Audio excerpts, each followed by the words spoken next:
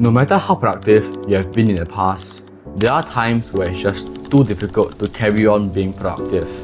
Whether it be tackling a difficult task or sticking to a new habit. I was like that myself too. In fact, worse, I was unproductive. I ate junk food all day. I scrolled through social media all day. As a result, I had bad grades and I was unfit. And look at me now.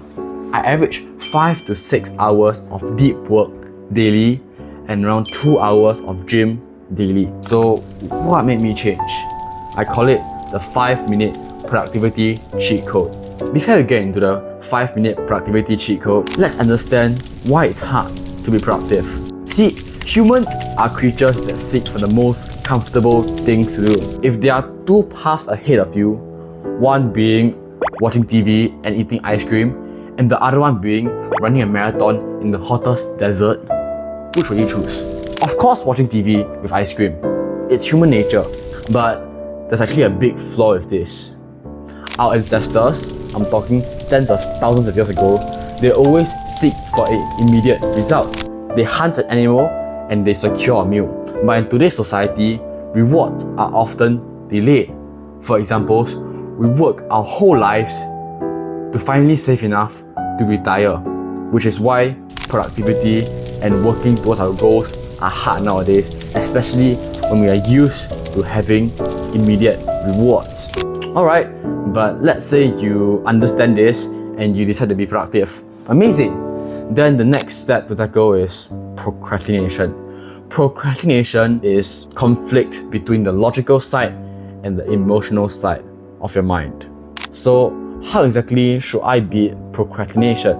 As James Clear, the author of Atomic Habits has mentioned, just simply lower the stakes. Instead of thinking, I'm gonna go work out in the gym for 5 hours today, I'll work out for only 5 minutes, but I'll hit the gym daily for 30 days. This is what James Clear mentions as the 2-minute rule. As he has also mentioned, making a new habit adopt or stick with you is not through time, it's through repetition. So just stay consistent and watch this habit grow. This way, goals are normally easier to hit as you are more consistent. For example, you want to adopt a new habit of reading daily. Instead of reading for 2 hours on day 1 and completely giving up on day 2, just read for 5 minutes every day and make it a goal to read 5 minutes consistently for 30 days straight.